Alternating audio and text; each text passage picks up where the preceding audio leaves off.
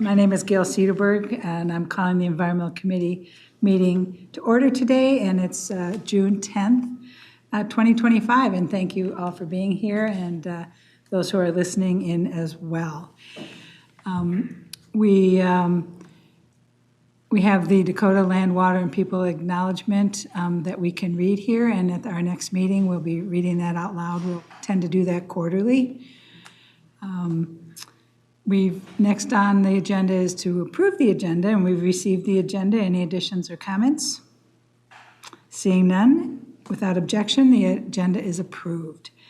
We have the May 13th, 2025 committee minutes to approve.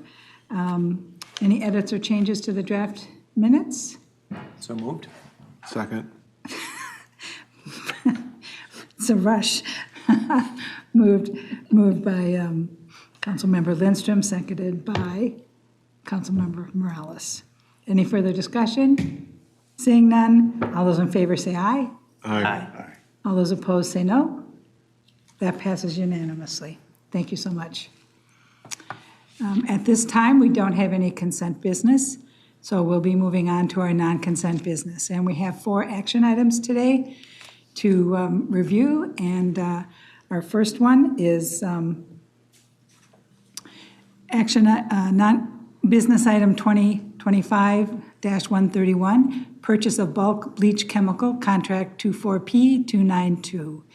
And we have Joseph Ward with us today to give us a presentation. Thank you so much for being here.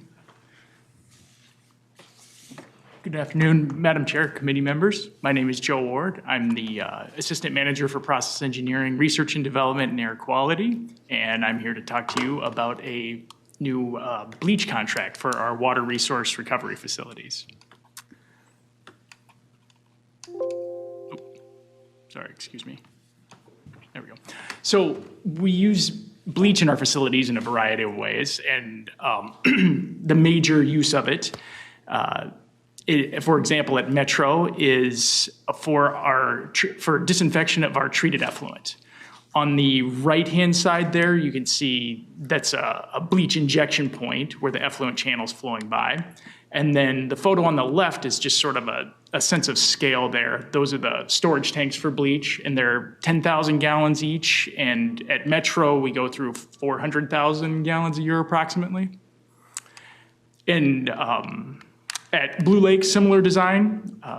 We have our effluent flowing through chlorine contact basins, and then a sense of scale here. You notice the tanks are a little bit smaller, and that's Blue Lake. And then Seneca, too fast there. And then Seneca, again, similar design with our bleach being injected in the chlorine contact basin, disinfecting the effluent.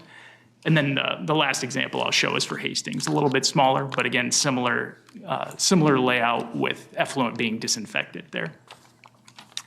Another way we use it is for filament control. Sometimes in the spring, we'll have filamentous bacteria that pop up, and you can really see it in the middle photo there, in the Seneca foam control. Foam is one of the byproducts of the filamentous bacteria. And you can see in the photo in the center there, there's not a lot of open water. There's a lot of foam sitting on top. And then the photo in the right, after bleach injection for a few weeks, you can sort of see a lot more pockets of open water. It should be pretty much open water everywhere. And then the last example that I've got today is for membrane clean in place. At our East Bethel facility, sometimes a biofilm will form on the membranes, and then we use bleach to clear that biofilm and restore the performance of the membranes. Our background on completing the bidding process, we advertised on February 24th, completed a public bid opening on April 3rd.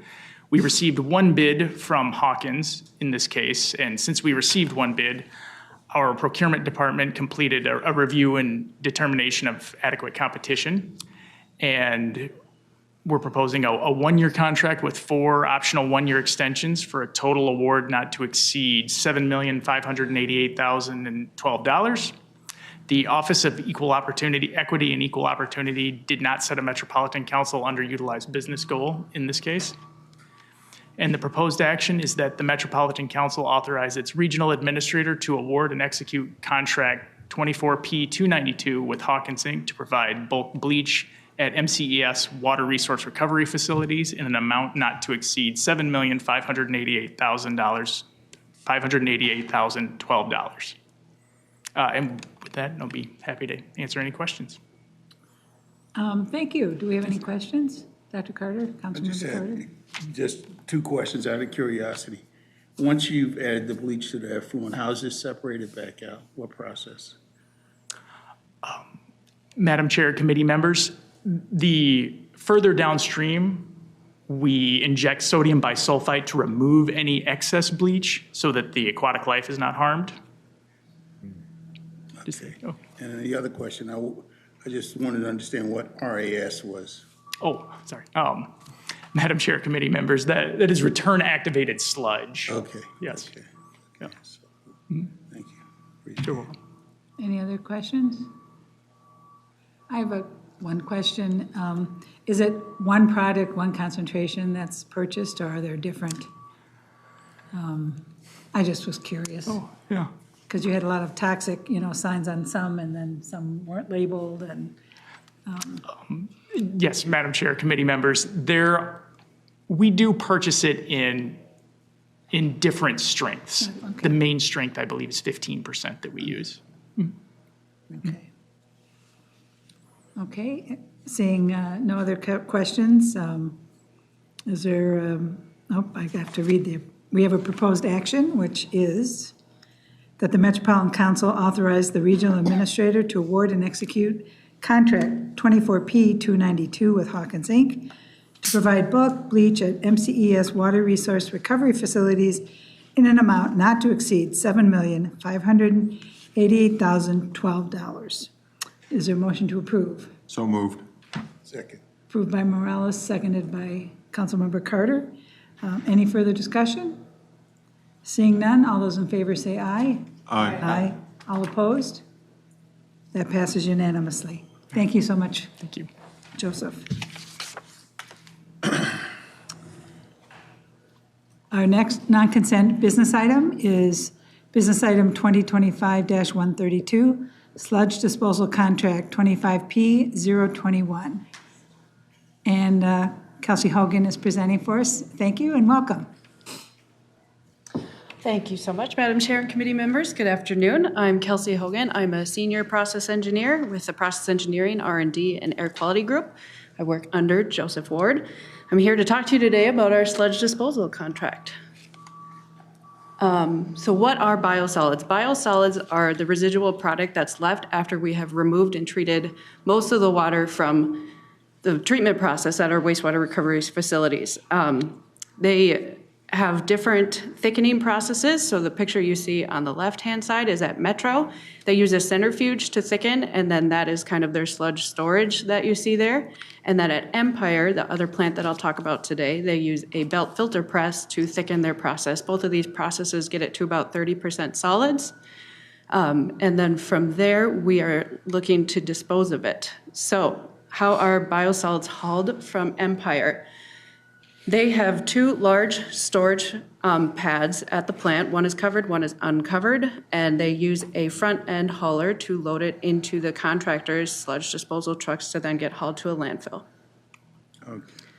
At Metro, the biosolids, they also have a storage facility pad there where they can haul biosolids to that pad for short-term storage. But the preferred method is to load it directly into the trucks, which is what you see in the right-hand photo.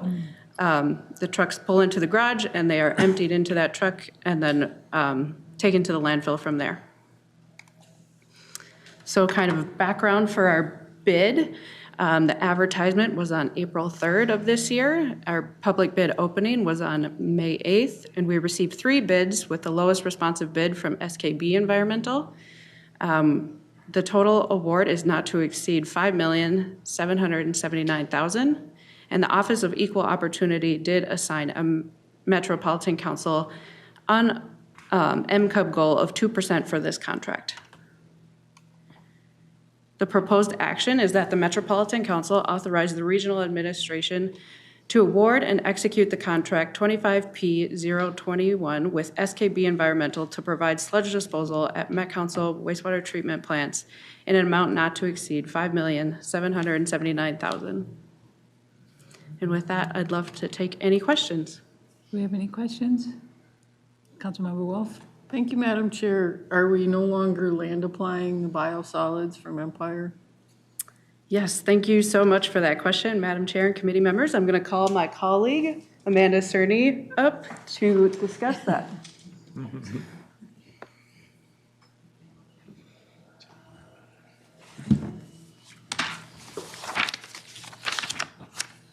Thank you for the question, Madam Chair and committee members. I'm Amanda Cerny. I am the Manager of Environmental Compliance and Safety Department, and I'm happy to answer your questions about the Empire Biosolid temporary pause.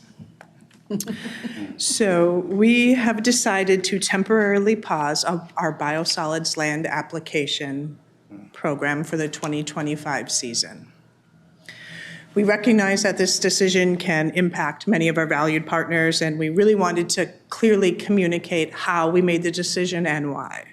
So the key reasons behind the decision are, first, the evolving regulatory landscape. The EPA and the MPCA are updating PFAS-related regulations for biosolids. We wanted to take the time to align with these changes and ensure we were operationally ready for the processes, and also give them time to come to completion. The EPA has a draft biosolids management process out there, but it's just a draft, it's not rules. The MPCA has a strategy. The strategy is finalized, but there are still a lot of questions on how it would actually work.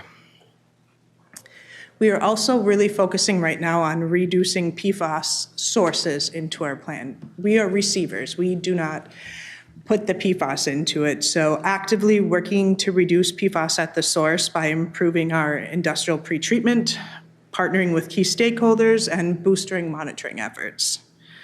This also gives us time for some of that PFAS research and testing to evolve and sort of waiting for it to see where it lands. It's not clear yet what the best treatment process is and what we should do with it. So we decided to take this temporary pause for the 2025 season just to ensure that we are ready and everyone had the time to, develop a program that meets any new regulations. Thank you.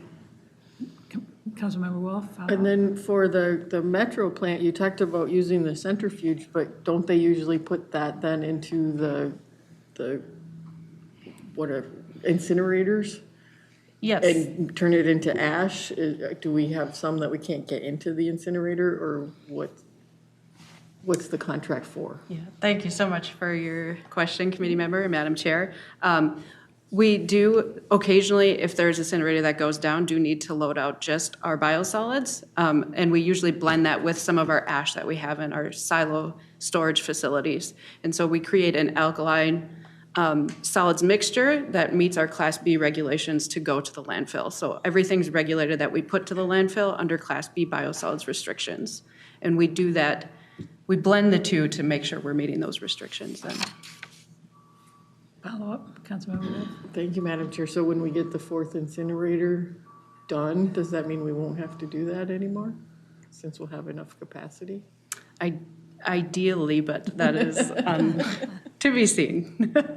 It will give us more capacity so that we're just hauling ash at that point and not our biosolids. Thank you. Yes. Councilmember Carter? Yeah, and I had a question. Characteristically, how have our biosolids changed from a chemical composition, like so over the past 5 or 10 years? Yes, thank you so much for that question, committee member and Madam Chair. Overall, I don't think that biosolids have changed that much. Our influence stays relatively similar. Our influent flows have gone up and some concentrations have gone up. So we have seen an increase in our biosolids production, but overall the chemical composition hasn't changed that much. It fluctuates a little with different industries coming online or offline, but overall relatively consistent. Okay. We're just more knowledgeable about such things such as PFAS now that we're paying closer attention to. Okay. Mm-hmm. Councilmember Lindstrom? Just thanks. How much are we hauling away each day? Like how many tons are we hauling away and how many trucks does that equate to and where are they going? Where is the landfill? Yes. Thank you so much for that question, committee member, Madam Chair. On Metro hauls on an as-needed basis currently, and we haven't hauled from Metro in the past couple of years. We only do it when we do have an issue with our incineration process. They do haul ash more routinely, but we do not haul biosolids that frequently from there. And then Empire, they typically have hauled a couple times in the years, like twice a year. They'll haul and they'll do a couple weeks of hauling at that point and kind of catch up on their biosolids because they have such large storage facilities. Overall, the Empire wastewater treatment plant generates about 30,000 tons per year of biosolids that get hauled to a landfill. And where is that landfill? Yes, that landfill is, the current contract is through SKB and that's down in Rosemount. Councilmember Lee? Well, thanks, Madam Chair. This might be a dumb question, but this is my first time on the committee. The other week, a sewage barge exploded in New York City. And I was wondering do we move sewage by barge and would we be in that same risk situation? Thank you so much for that question, Committee Chair and Madam Chair. We do not. We do not, as a Metropolitan Council, haul any sewage by barge. Oh, thank you. And I just have a clarifying question. The amount provided covers the transportation to the landfill and the landfill disposal costs by SKB, or is it just the landfill costs? Yes, thank you so much for your question, Madam Chair. It covers both of those costs. Okay. That's what I was thinking. I just wanted to clarify that. Any other questions or comments? Seeing none, we have the proposed action that the Metropolitan Council authorize the regional administrator to award and execute contract 25P021 with SKB Environmental to provide sludge disposal at MCES wastewater treatment plants in an amount not to exceed $5,779,000. Is there a motion to approve? Move approval? Moved by Wolf, seconded by Councilmember Morales. Any further discussion? Seeing none, all those in favor say aye. Aye. All those opposed, no? That passes unanimously. And thank you so much for answering the questions and presenting today. Our third business item is item 2025-133, Master Contracts for Utility Potholing Services, Contract 24P252. And we have Chris Remus here today to present to us. Thank you for coming today. Yes, thank you. Good afternoon, Madam Chair, committee members. For the record, my name is Chris Remus, and I'm an assistant manager in the Interceptor Engineering Group. And today I'm here to propose on business item 2025-133, Master Contracts for Utility Potholing Services, Contract 24P252. Just a brief background, a scope of services. Utility potholing service work includes verifying location of utilities identified during Go First Day 1 calls during the design and planning process.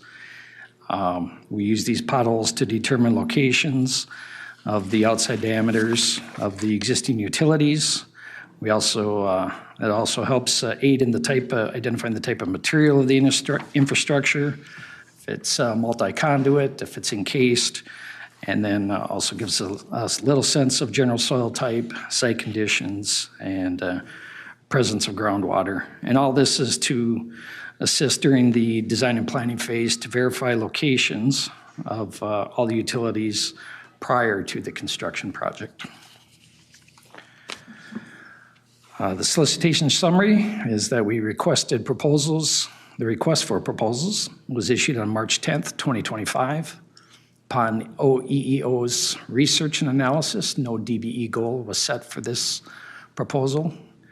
4 proposals were received on April 16th, 2025, and the 4 firms are listed below.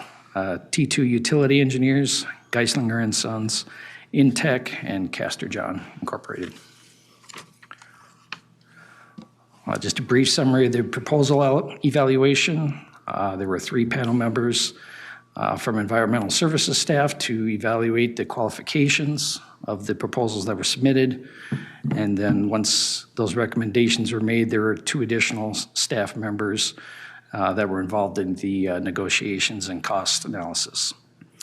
And the evaluation criteria that the panel was looking at was quality of the proposal, qualifications of the proposer, experience of the proposer, and then for the last part, for the second panel, was just reviewing the cost proposal itself.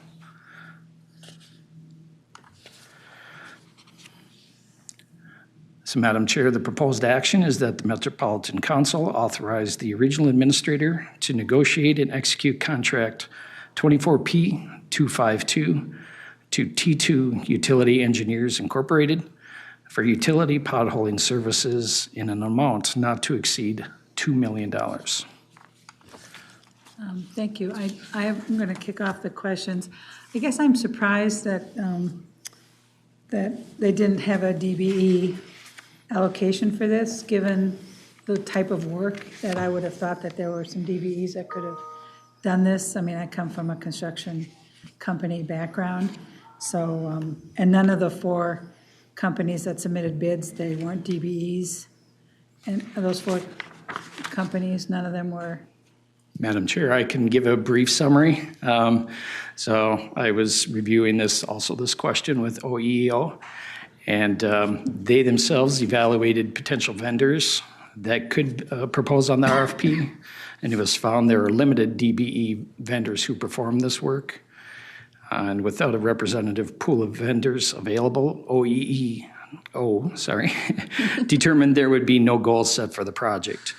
They also noted that they did add a list of the limited DBEs to the solicitation itself, so they were notified that advertisement and upcoming work was out there. And to answer your second question, one of the DBE vendors did propose on the RFP, but was not selected by the evaluation panel. So this comes up a lot, so maybe that's something we can work with the management team and procurement to try and get more people on the list. Councilmember Morales? I think one of the main differences for this one, it's harder for it to be a DBE contractor, but the contractor T2 might actually be very diverse as a company. So we don't use their diversity numbers internally. We're just looking at the ownership group when we're sending out these bids. So T2 might be very diverse, and they might have really good diversity numbers. They might have a lot of women, minorities, and everybody else. But we don't utilize that when we're doing DBE here specifically like that. Thank you, Councilmember. And correct me if I'm wrong, that is probably what's happening here. Madam Chair, I wouldn't know the answer to that, Councilmember, specifically. Oh, here's Jody. Jody on the spot. Madam Chair, Councilmember Morales, Jody Jacoby, Chief Procurement Officer. And you're correct. As I understand it, when the Office of Equity and Equal Opportunity looks at the work and has the conversation with our subject matter expert, the project managers, they're looking at the directories to determine what are some of the categories and classifications in work. What are the numbers of contractors and consultants that match that category? And then from there, if there are an adequate number, then they set the goal for the project. However, you do make a very good point looking at the specifics of the workforce of the company is different than the management and the leadership structure and the net worth, and all of those pieces and parts go into if they are appropriately certified or not. So the employees working on our project may represent that diversity and equity and gender and all those other categories. However, the firm and how they're reviewed and looked at as an administration, that's a different comparison. Thank you. Mm-hmm. Any other comments or questions? Seeing none, we have the proposed action, and thank you for clarifying it as well. I appreciate that. We have the proposed action that the Metropolitan Council authorize the regional administrator to negotiate and execute contract 24P252 to T2 Utility Engineers, Inc. for utility potholing services in an amount not to exceed $2 million. Is there a motion to approve? So moved. Second. Approved by Councilmember Morales, seconded by Councilmember Wolf. Any further discussion? Seeing none, all those in favor say aye. Aye. Opposed? That passes unanimously. And thank you so much, Chris and Jody. Our fourth non-consent business item is business item 2025-134, Brooklyn Park Interceptor 7015-C, rehabilitation, real estate property acquisition, and condemnation. And again, Chris Remus is with us to give the presentation. Thank you so much. Thank you, Madam Chair. Again, for the second item this evening, I'm here to present on business item 2025-134, Brooklyn Park Interceptor 7015C, rehabilitation, real estate, property acquisition, and condemnation. So just to provide a location area where this work is taking place, this is within the city of Brooklyn Park. Highway 94 is just to the north of us, and the north-south road, I don't see a label on it, but it is Boone Avenue, if that helps ground your location. And the thick line in blue is the project extents. This will be a rehabilitation project and temporary conveyance in that area. The land needs are shown in, I'll call it pink and yellow. The yellow is what we're going to need for a temporary construction easement, and this will provide the contractor space and storage areas to do the work, and the pink area represents the access easements needed to ingress and egress private property. And all four of these are local businesses, so it's kind of through their parking lots, and I want to make sure we have rights to get in and out.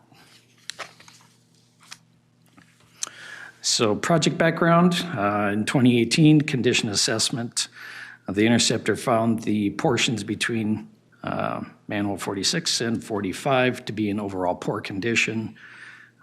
This is an existing 36-inch RCP pipe that was constructed in 1973 and was rehabilitated in 2007. So there'd be a portion of about 15 feet of pipe that will need to be rehabbed with this project. And to complete the rehabilitation, the council needs to have these temporary easements and access parcels to complete the work. So most of the project is completed within the council's existing sanitary sewer easements and MnDOT or City of Brooklyn Park right-of-way. But as previously noted, there are 4 parcels or 4 easements that we would need to work within private properties, and as noted, those are all local businesses in the area.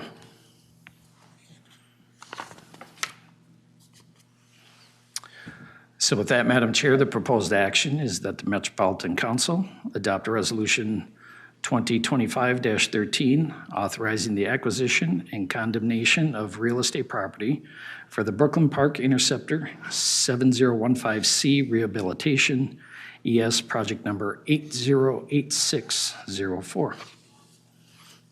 With that, I can be available for any questions. Any questions? I have a question. So is it 13 or 134 for the resolution? No, it's 13.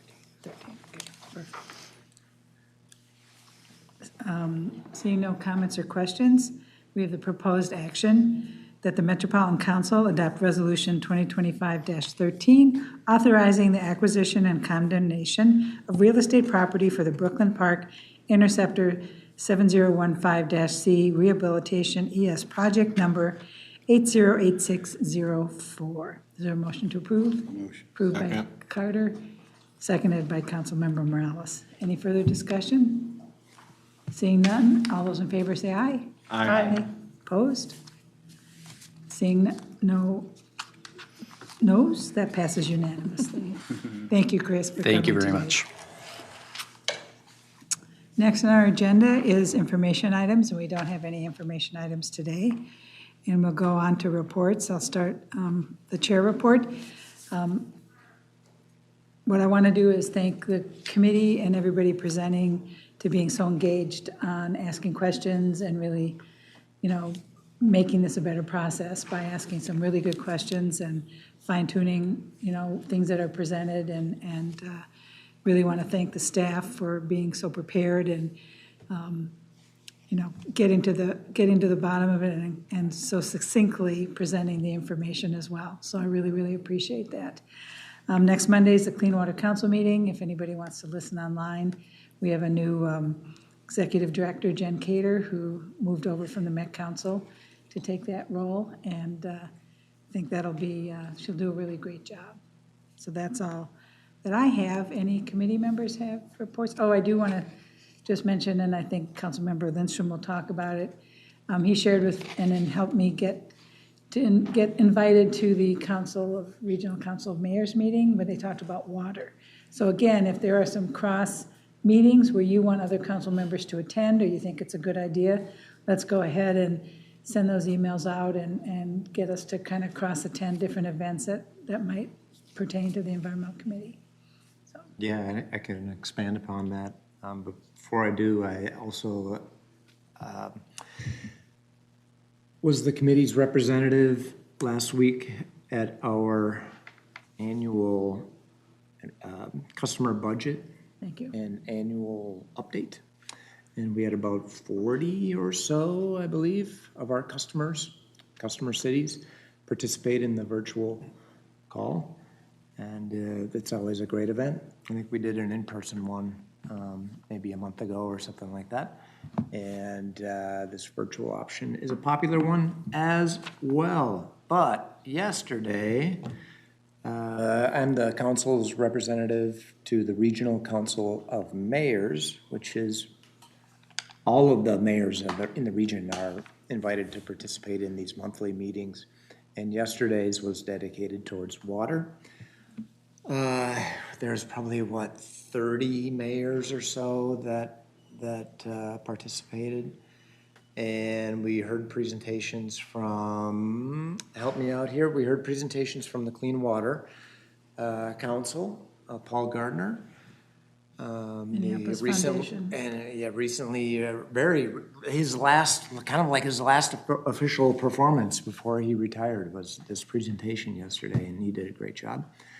Minneapolis Foundation and the Attorney General's Office, which is starting a task force related to water. The Clean Water Council was really fascinating, and it was a good reminder for me on how important that group is. Was it started in 2008 or shortly thereafter, after the sales tax? After Minnesotans, in the height of a recession, said, please increase my taxes to fund clean water projects. And the types of things that they are supporting related to our metro cities include competitive grants around the drinking water source protection plans, stormwater manual used by engineers, assistance around the MS4 compliance, which is, again, stormwater compliance around permitting, smart salting, groundwater management area program, especially White Bear Lake. It was made that point. Sealing wells to protect our aquifers. The point was made that there's like thousands of wells all over the place, many of which are not sealed, and they are conduits for contaminants to get into the aquifer. Stormwater research, and one that's near and dear to my heart, rebates for water efficiency, those grants that go through this council. So, great meeting. Anything you'd like to add? Thank you. Thanks for participating. Yep. Anybody else have any things they'd like to share or like to see at our next meetings? Or we're still working on a tour, so we have to figure out. That was my question. Weather's nicer now. It'd be great to become engaged and appear at some of the tours that are available. Okay. Perfect. Thank you. Now we go to the general manager's report. Yeah, I have a couple items today. First of all, I attended an interesting event on May 30th along with Jen Kostrowski, who was here today, and Greg Johnson, and we basically got to see PFAS destruction in action. We went to a demonstration that was sponsored or taking place in Lake Elmo. It was a setup that operated for, I think, a couple weeks. And they were taking leachate, concentrating it, and then putting it through a process called PERSES, P-E-R-S-E-S. And basically, it's pressure cooking that liquid at a high temperature and pretty much virtually destroying not just PFAS, but other biological or organic chemicals that are in the sample that they're processing. It was a combination of General Atomics and Bay West. It was sponsored by the Department of Defense. So it was smaller than I expected in terms of an operation, which is kind of cool to see. It's also, you know, their tagline was farewell to forever chemicals. So it's good to see that there's different treatment technologies showing up to be able to neutralize PFAS. And this is just one. We've been looking at other and kind of watching what's developing and unfolding for technologies. So one big Instapot. What do you think, Jen? Spot on. My question was, does that affect the microplastics also? I believe that it destroys those in the process. So it has to be a slurry. Okay. So anything that's organic would be broken down. Okay, that's great. So we can't use it for wastewater influent at this point, or effluent either. It would be a bit of a stretch, but again, we're focusing on looking at what's going to be the best approach for dealing with PFAS, and we like the idea of keeping it out to begin with. But yeah. The other thing I wanted to mention is in July, we have our annual summer conference for the National Association of Clean Water Agencies. And again, we have several of our facilities that are receiving awards. They call it the Platinum Award when you have a perfect compliance record that exceeds 5 or more years. So 6 of our facilities are in that category. And we still have our 2 top ones, St. Croix Valley at 33 years and Hastings at 34. And I think there's one facility out there that's better than that record. So we're moving up. Moving on up. rooting for our folks to survive and be the top at some point. But we kind of feel bad. That means somebody else has to fail, and we don't really want that either. So, but a really good accomplishment. The 3 plants that didn't make it are East Bethel, Rogers, and Eagles Point. Eagles Point has been on that list, and they had one. All it takes is one failure. East Bethel and Rogers is kind of new, so getting that 5-year mark, they're close to achieving that. So 5 years is a pretty good chunk of time to maintain perfect compliance. And we took over Rogers, and it's near the end of its life. We've made improvements, and we're getting more stability and meeting the permit requirements. So we'll keep adding to our slate of platinum winners. I was just wondering, have we ever had an environmental committee meeting at a key event where we would have our regular meeting and then we'd all be there, or whoever could make it, and then we engage in the event? Have you ever done that in the past? Maybe a long time ago, but in my time as general manager, we've always held our meetings in the at our council board facilities, either here or 1A. Is it 1A? Yeah. And Wendy, do you remember ever meeting off-site for anything? I think part of it is the logistics of having an open meeting, you know, and the computer stuff these days. Anything else? Any other comments or questions? Well, seeing none, I'll adjourn the meeting. Thank you so much for coming and participating, everybody.